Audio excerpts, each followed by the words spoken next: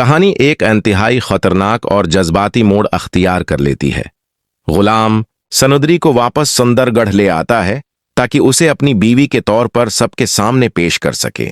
लेकिन जैसे ही बादशाह की नजर सुंदरी के चेहरे पर पड़ती है, वो हैरान रह जाता है और फौरन गुस्से में आकर गुलाम को हुक्म देता है कि वो सुंदरी को तलाक दे दे।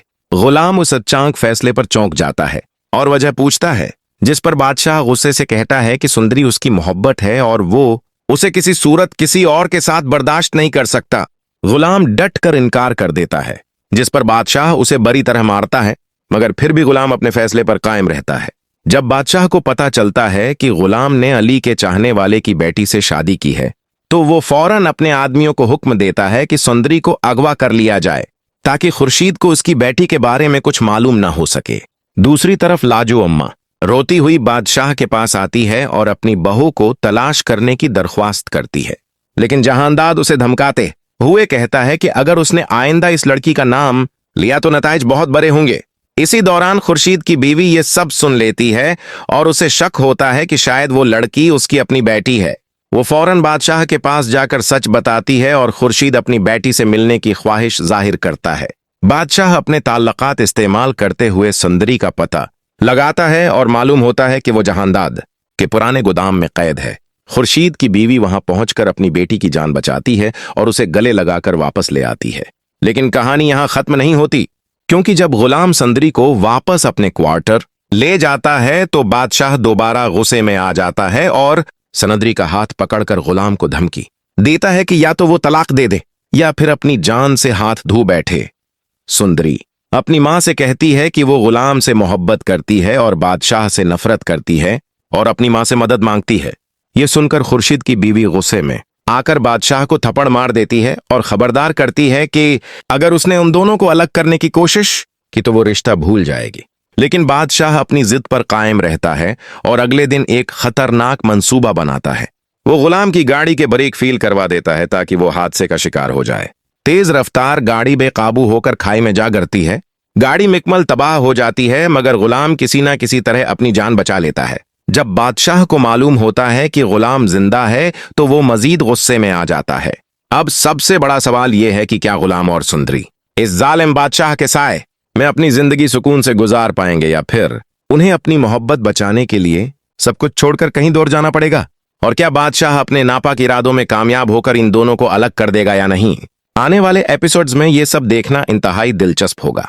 आने वाली किस्त ड्रामा सीरियल गुलाम बादशाह सुंदरी की बहुत धमाकेदार होने वाली है, क्योंकि अब गुलाम की जिंदगी का फैसला होने वाला है और ये फैसला अब कोई और नहीं बल्कि खुद बादशाह करेगा, क्योंकि बादशाह के सामने ये राज खुल चुका है कि सुंदरी गुलाम के पास मौजूद है। सिर्फ यही नहीं बल्कि जिस लड़की से बादशाह मोहब्बत करता है वही लड़की अब गुलाम से मोहब्बत करती है और उससे शादी करना चाहती है। अब ये सच बादशाह तक कैसे पहुंचेगा और उसके बाद बादशाह क्या करेगा?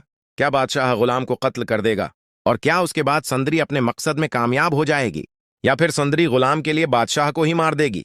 इधर गुलाम न सिर्फ सुंदरी से शादी करने का फैसला कर चुका है बल्कि उसे अपने घर भी ले आया है। लेकिन सुंदरी ने गुलाम के साथ बादशाह को देख लिया है और वो समझ चुकी है कि गुलाम का दोस्त दरअसल वही अमीरजादा है जो बदतमीज है। उसके बाद सुंदरी गुलाम से इस बारे में बात करने की कोशिश करेगी। गुलाम उसे सच बताता है कि वो तुम्हारा ही जानने वाला है और वही शख्स है जिसने मेरे साथ बदतमीजी की थी। मैंने उसे थप्पड़ भी मारा था क्योंकि उसे औरतों की इज्जत करना नहीं आता। ये सुनकर गुलाम को एहसास होता है कि ये वही लड़की है जिससे बादशाह मोहब्बत करता है और जिसे वो तलाश कर रहा है। सुंदरी अपनी पूरी कहानी गुलाम को बताती है और गुलाम ये सुनकर हैरान रह जाता है कि बादशाह इस लड़की के इश्क में पागल हो चुका है। ये एक अजीब इत्तेफाक है कि दोनों भाई एक ही लड़की से मोहब्बत कर बैठे हैं। जैसे हाबिल और काबिल की कहानी। गुलाम सुंदरी से पूछता है कि अगर बादशाह तुमसे शादी करना चाहे तो क्या तुम मान जाओगी? सुंदरी साफ इनकार कर देती है और कहती है कि वो ऐसे शख्स के साथ जिंदगी नहीं गुजार सकती जो औरतों की इज्जत न करता हो। इस पर गुलाम उसे सच बताता है कि वो शख्स बादशाह है और मेरा छोटा भाई है और वो तुमसे सच्ची मोहब्बत करता है। गुलाम सुंदरी को एक मौके देता है कि अगर वो चाहे तो अपना फैसला बदल सकती है, क्योंकि बादशाह उसे वो सब कुछ दे सकता है जो वो खुद नहीं दे सकता। मगर सुंदरी कहती है कि वो सिर्फ गुलाम की ही सुंदरी बनेगी। ये सुनकर गुलाम भी उससे शादी करने का फैसला कर लेता है। लेकिन अब असल मुश्किल ये है कि वो सुंदरी को बादशाह से कैसे बचाएगा। क्योंकि अगर बादशाह ने उसे देख लिया तो वो उसे हासिल करने की पूरी कोशिश करेगा। गुलाम जल्दी शादी करने का फैसला करता है ताकि बादशाह के पास कोई रास्ता न बचे। इधर बादशाह को शक हो जाता है कि गुलाम कुछ छिपा रहा है। जब वो गुलाम के घर आता है तो सुंदरी को उसके साथ देखकर हैरान रह जाता है। वो सुंदरी से कहता है कि मैं तुम्हें हर जगह ढूंढ रहा था। सुंदरी डर कर गुलाम के पीछे छिप जाती है। गुलाम बादशाह से कहता है कि ये मेरी सुंदरी है और हम जल्द शादी करने वाले हैं। ये सुनकर बादशाह गुस्से में आ जाता है और कहता है कि जो चीज मेरी थी वो हमेशा मेरी रहेगी और ये लड़की भी मेरी है। यहां दोनों के दरमियान झगड़ा शुरू हो जाता है और बादशाह गुस्से में आकर बंदूक निकाल लेता है।